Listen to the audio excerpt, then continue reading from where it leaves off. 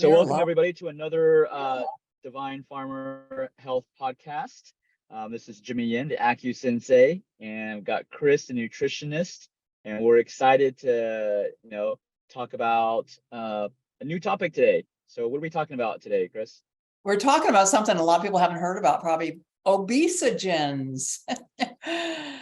And I thought this would be good for those who watch the webinar, kind of following up on this. We talked about toxicity being a factor in not being able to lose weight. And so most folks haven't heard of the word obesogens, but it's been out there for a while. Have you heard of it, Jimmy? Obesogens, I think recently I've heard about it. Yeah, so what are they? Well, they're chemicals that interfere with your metabolism and your hormones, and I'll go into that a little bit more. There was a recent research study done in July 24th of 23, so this is really new, on the role in obesity and mitochondrial dysfunction. We've talked about mitochondria quite a bit on the podcast. So just a reminder for you guys, mitochondria is your battery of your body. You've got thousands of them. Every cell has them. The big muscles like heart and your quads and your brain are loaded with mitochondria. So you want them healthy and you want them working good. But these obesogens impact hormones. They impact your mitochondria. They damage your mitochondria. And so this research study was, like I said, it was just done in July 24th, and talking about the correlation between these toxins, which I'll talk about, and obesity, and included in that is a lot what we talk about, which is insulin resistance, hyper insulinemia, which is when our body's pumping out too much insulin, trying to keep the blood sugar down. So obviously there's an organ dysfunction there at the pancreas, and then a hyperlipidemia, which is a high cholesterol. So in this study, they did a lot of correlation with those things and these toxins. But as far back as 2012, you can go to PubMed, and there's an article in there, environmental link to obesity with obesogens, back in 2012. So it's been being studied for a long time. And I think probably with the advent of so many toxins in our environment, there's more and more research being done on this. The Environmental Working Group, which I've referenced that many of times. So if you guys want to go there, it's ewg.org. And they have great resources on that site, but they've done some of their own research, and they have found that the average person, this was an average person, carries about 62 toxins in their blood and their urine. So if you do blood and urine, you're picking up almost 62 toxins. But the one that was really scary was they did a study on 10 newborn babies, and they found those newborn babies had 232 different toxins in their umbilical cord.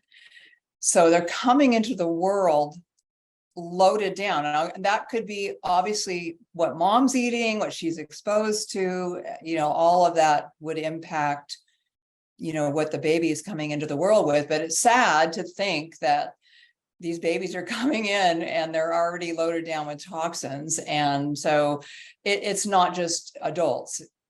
So this is a huge, huge issue.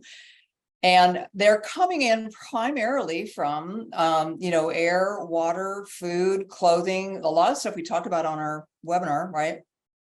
Personal care products, cleaning products, all of those things. Some of these things, pesticides especially, can be very disruptive, but one of the ones that we've all heard about probably is BPA from plastics,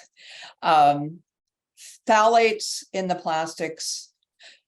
And one of the things that people don't think about, this is something you can actually think about, is the softer the plastic, the more phthalates there's going to be. So if you buy a cheap bottled water, right, which is the generic, like who knows where they filled it from, you'll notice those bottles are really soft and flexible. That is loaded with these phthalates. So it's not just BPA, but it's these phthalates that are coming in from the plastic. Did you have something you wanted to say, Jimmy? You look like you wanted to say something. I was muted, sorry. So I wanted to go back to when you were saying that babies were already having toxins. Yeah, So that I didn't know. So what is, what is the, whatever the research showed that babies have already a certain amount of toxins in them. yeah. The babies are they're in a closed system when they're in the mother's body. So that Hmm. means that they're getting it from the mother.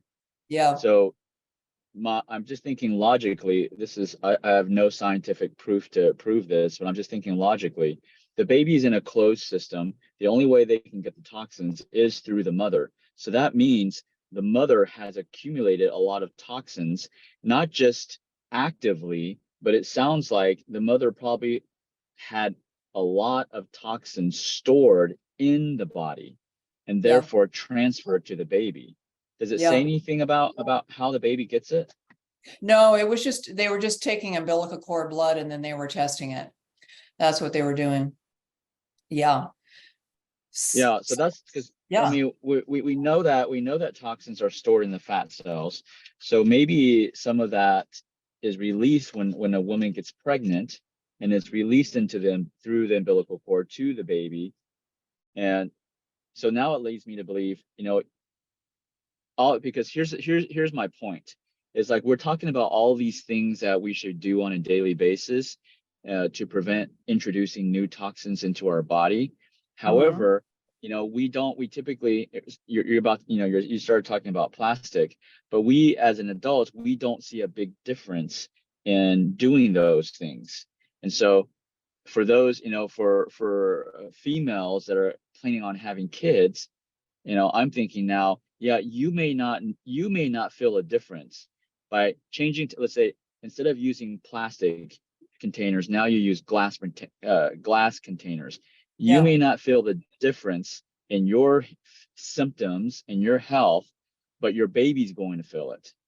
And so I'm just thinking, we have to think of, the consequences of our actions, even though we don't feel symptom relief or better because we do these things, that it's still happening whether we feel it or not. And that's my point. Yeah. Yeah. Accumulation.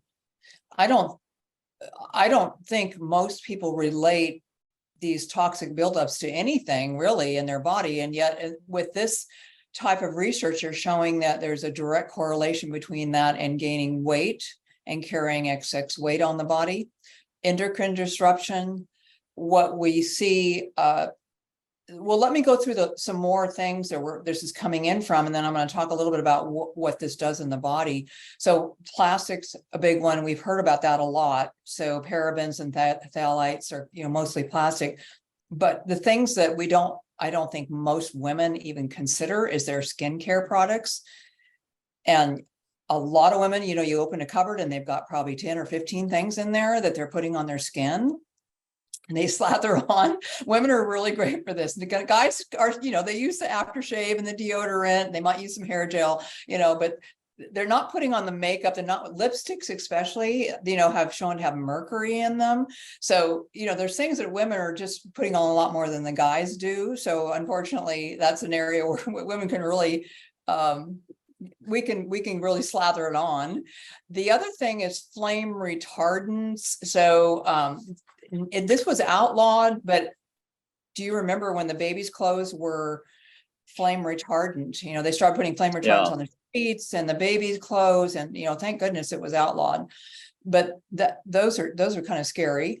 Sunscreen products. So there's something in the sunscreen, the SPF sunscreen, which we slather all over ourselves in the summer and kids and everything. Oxybenzone is what it's called. And that is an obesogen.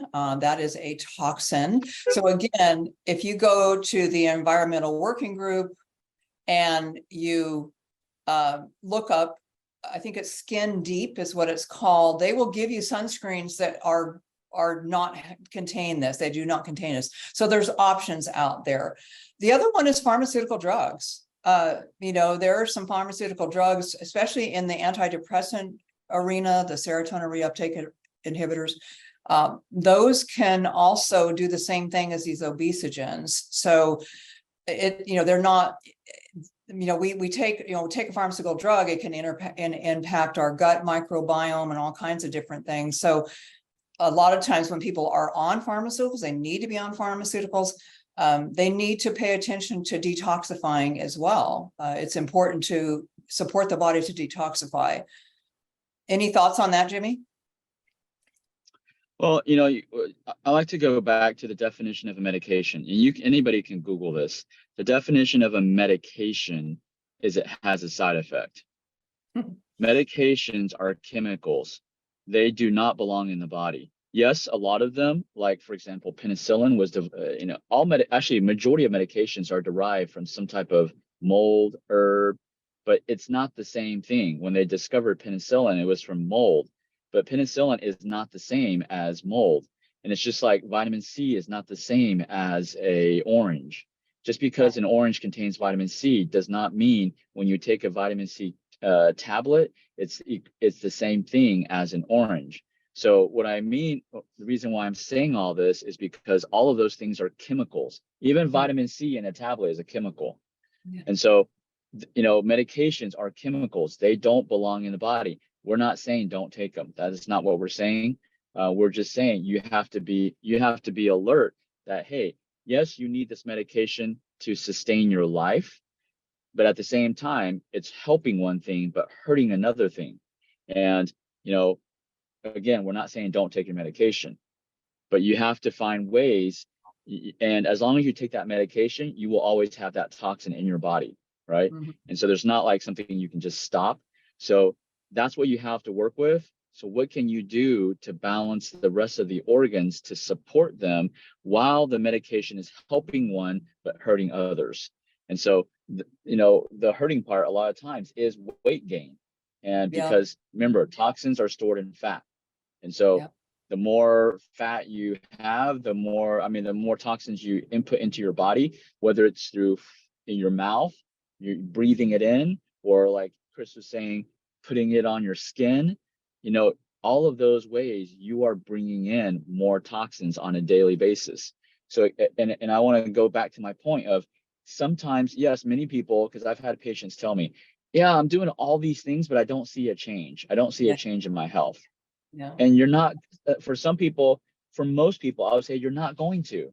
It takes years of buildup, right? Before you actually start feeling it. And here's the thing, when you actually start feeling the effects, you don't correlate it to the habits, the lifestyle habits that you did 10 years ago. But do those habits accumulate? Absolutely. But you don't correlate it. The only thing we think about is, what did I eat yesterday? Or what did I eat last week? And we think that was what caused our problems. It's not. It's years of accumulation of toxins. And every little step helps, but you won't see it until 10 years later, the benefits of it.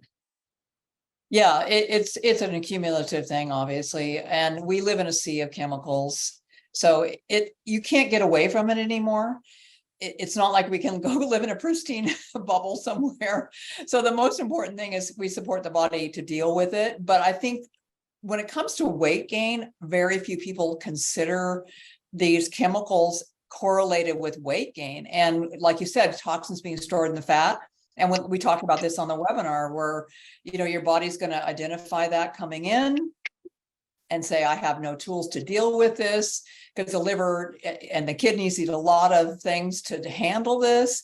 And so it just sends it right back out. And if we don't have enough fat cells to store it, it makes more fat cells. So I don't think most people think of that, nor do they think of it in terms of when we go to lose weight. A pound, I always tell my clients, think of what a pound of butter looks like. I mean, that's a pretty good dense, right? A pound of butter. And we lose a pound and we're like just so disappointed that, oh, we lost a pound, Well, think about what your body had to do to take that solid piece of fat and convert it into water soluble substance to get out to the bowels and the kidneys and, lymphatic system and the skin and everything else where we excrete. And in that fat are toxins. So if your body doesn't have the tools it needs to handle that, it is not going to let you lose any more weight. it's a self-protection mechanism. It's saying, no, you can't. There's too many toxins coming down the pike here. Every time you lose a pound, I got to deal with all this stuff. So, that is something I don't think very many people even think about when they're going on a weight loss program. It's just, I want to see that on the scale. I want to see those pounds come down, right? So these obesogens are, what they do in the body is they mimic, especially in the sex hormone area, they mimic the sexual hormones, and they will turn on, let's say, for instance, with estrogen at the cellular site, the receptor site, they will mimic estrogen and make the system make the bad estrogen, right? And so this is very concerning, obviously, for women with breast cancer and uterine cancer and things like that. But this also can make men have the what we call man boobs, right? Because they're Exactly. they're cranking out more estrogen when they shouldn't be. It totally dysregulates the sexual hormones, the estrogen, progesterone, testosterone, and totally messes them up. And women, I see clients often that are having a hard time with weight loss, and it's estrogen dominance. If we do a hormone test on them, their estrogen is through the roof. And they may even be menopausal and their estrogen through the roof. So these things really are impacting us at the hormonal level, regulating that. They also interfere with your appetite and satiety mechanism, which are hormones. We have leptin and ghrelin, which are hormones that make us feel satisfied or make us feel hungry, and these can interrupt with that pathway too. So we're feeling hungry all the time. It's like we're overweight, but we're hungry and we feel like we're starving to death. Or you have people who say, I'm overweight, but I don't eat very much, but I always crave this or crave this or crave this or whatever. Their satiety is just off. So these hormones are really, really impactful. And I mean, these chemicals are very impactful. And again, we live in a sea of them. So, we can't avoid them, but we can certainly support the body to get rid of them. So before I go into that, do you have any thoughts on the hormone thing, Jimmy? Well, there's a common, what I've seen, like physicians will do, is we're talking about sex hormones, especially for women in menopause. So for those of y'all who don't know, estrogen is there's two main female hormones. One is estrogen, one is progesterone. Estrogen stimulates fat storage. So you can say more estrogen, more fat. Progesterone stimulates more of the fat burning. And so what I've seen physicians do because of that is they start giving women progesterone, whether it's through a shot, whether it's through a pill, a cream. And that's not what we're saying to do. Just because one hormone may stimulate fat burning doesn't mean you just keep on pumping that hormone. There needs to be a balance. And so it's important that, but you need to understand that estrogen, typically stimulates fat production, fat storage, really, and then progesterone, fat burning. So that's one point. The other point is the BPA. Going back to the BPA. So I was at a seminar, and they were showing, I love research, but then I also, I'm hesitant to believe all research. But they were showing that plastic is plastic. Doesn't matter if it's BPA free.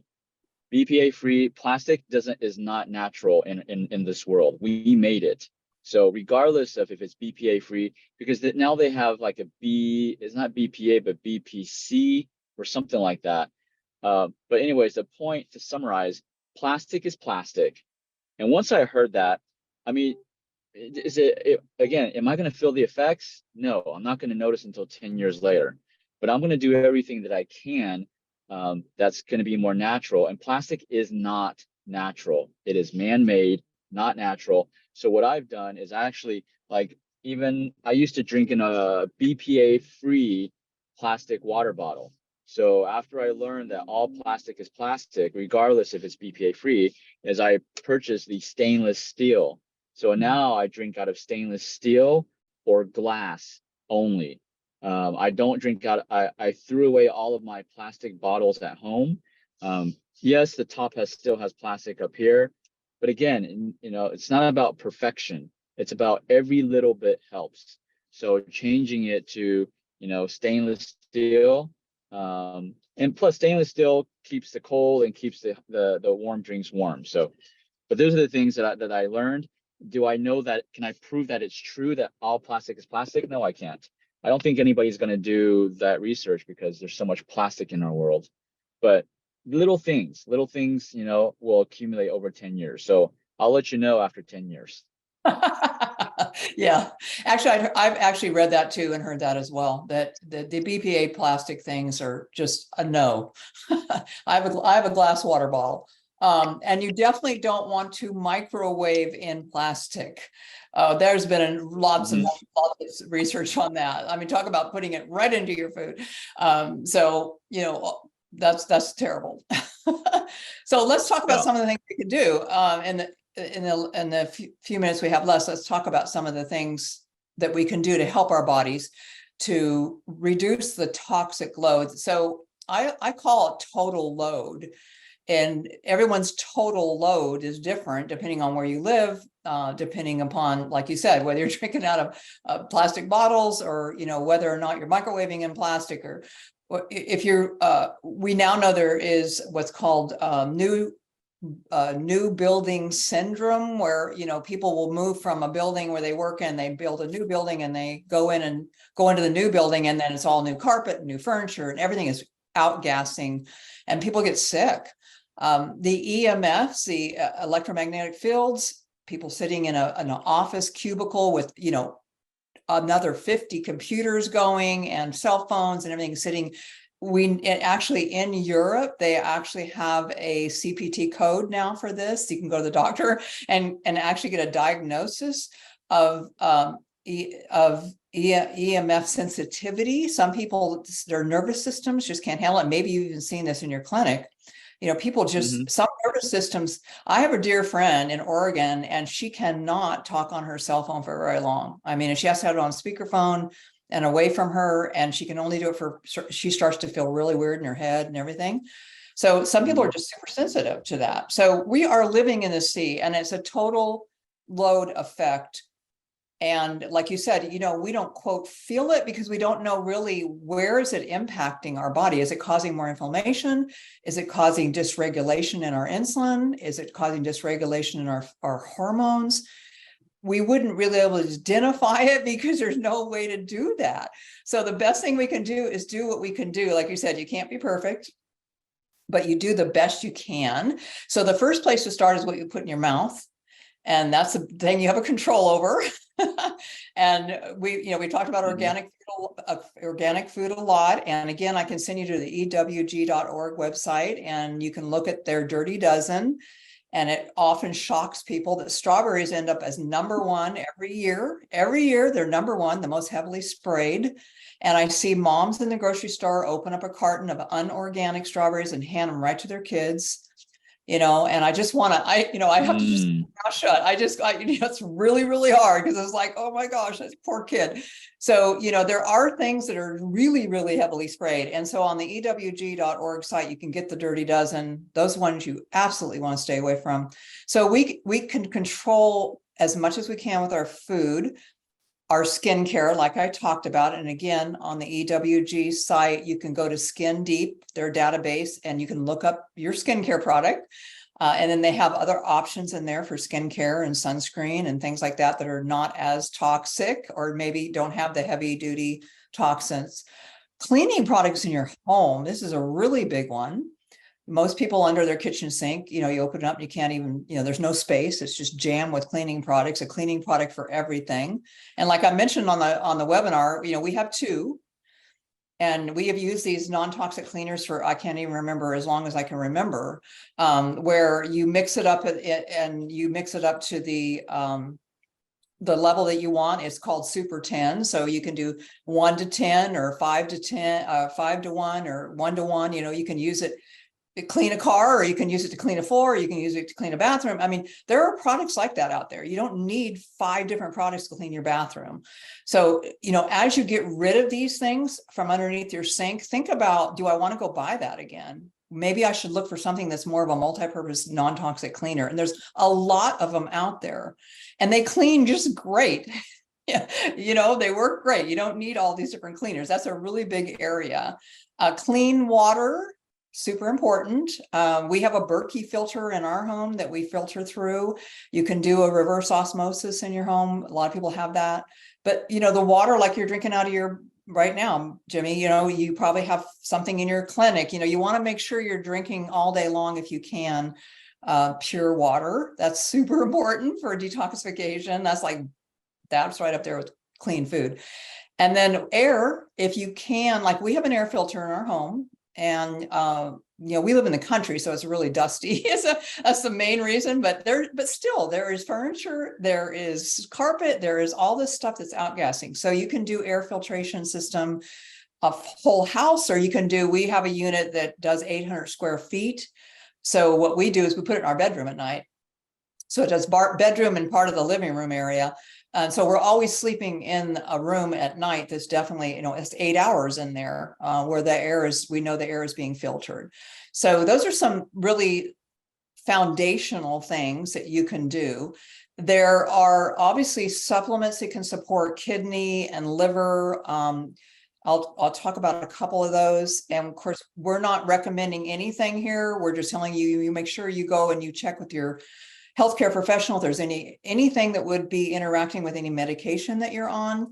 And also for dosing, we don't tell you doses. We're just going to give you suggestions for some supplements that are helpful for liver and kidney support. And the one that I use with some of my women that are estrogen dominant, we really know they're estrogen dominant, is called DIM, D-I-M. And it helps support healthy estrogen detoxification at the liver level. And so that's a really common one. And then there's milk thistle. A lot of people have heard of milk thistle, and there's milk thistle teas, and you know, there's milk thistles in a lot of supplements. And that supports phase 2 on your liver detox. So you have different phases in your liver detox, but that supports phase 2, and also helps support with that estrogen metabolism. So again, if we have estrogen dominance, then we want to support the liver to be able to convert that estrogen to water to get it out of the body. Another one is N-acetylcysteine. A lot of people call it NAC, and that supports something called glutathione production. Well, glutathione is your master antioxidant in the body at the cellular level, the liver level. It is what we call a conjugator. It grabs a hold of the fat molecule coming in, which all your pesticides and everything are all fat. They come into the liver, and they got to go through phase 1, and they got to go to the intermediary phase where the body says, can I handle this or not? And if I can't handle it, guess what? Shooting it back out in the bloodstream and into the fat cell. But if you have glutathione on board, it helps to convert it to water. And then it goes out to the bowel and the kidney and sweating and lungs and all the detoxification pathways. So N-acetylcysteine is another common one a lot of people are taking. And then we get into methylation, which is a total another topic, but we need to methylate correctly to detoxify correctly. And there's methionine is involved in that, and glycine is involved in that, taurine is involved in that. So some of those things are just coming in through the foods that we're eating, they're amino acids. And those all help that pathway too. So there are some supplements you can take, but foundationally, I know, Jimmy, you and I are on the same page with this. You got to start with food and water. Those are foundational. Supplements are just what we say they are, supplementing your diet. We don't need to be taking grocery bags full of supplements. We really need to start with food, water. And then if we are really struggling, let's say with estrogen dominance, then we want to clear some of that out. We can help support the body to do that. So we got about a minute left. Any thoughts on all that?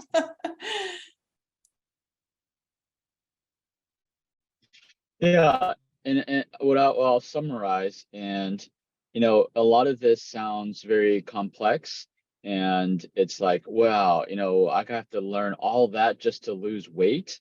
You don't. So yes, it is complex, right? Because the body's complex. If our bodies were so simple, everybody would be dropping weight left and right without even trying, right? So our bodies were made miraculously, and they are complex. But the beauty of it is there are, Chris and I, we've simplified it for you, and we've simplified it so you don't necessarily need to learn all of those biochemical things that happen, right? Because there's solutions that are simple. Actually, the best solutions are simple but not easy. That's the best solutions. I would say the worst solutions are easy. Popping a pill is easy. Like, you don't change your diet, change your lifestyle, you don't change anything in your home, just popping a pill. That's easy, but that's not a permanent solution. So if you want a permanent solution, there are simple ways. We have a simple system. We created a 4R weight loss protocol, simple system. It's not easy, right? It's not easy because it requires you to take action, but it's simple. You don't have to learn all these complex biochemical names, chemistry and so forth. We've broken it down in 4 simple steps. And you can learn more about that. We actually did a webinar this past Monday. So we'll put in the link. I'll have my team put in the link of where you can register. If you haven't watched it, you can register. It's a free webinar. We go for about an hour and a half, and it will explain, why you're not losing weight, why most people, try their diet, do all these diets, they lose the weight, but gain it right back. Why is it not a permanent weight loss? Because majority of the diets do not fix the root cause. So maybe you're thinking, what is the root cause? Well, that's what we address in that webinar. So we'll put that link below, and you can register and watch it. It's on demand. So you can, once you register, you'll be able to watch it. Okay. Yeah, we are right over time. Thank you, everybody, for joining us for another episode of our podcast. We are here every Thursday, 10 a.m. Central Standard Time, and our mission is just to share this information out there so that everybody, our mission is to help the 7 billion people in the world. And so if we have to do these podcasts every single week, that's what we're going to do, because our focus is on helping you restore your body's natural ability to heal itself. All right, guys, we will see y'all next week. Bye. Bye.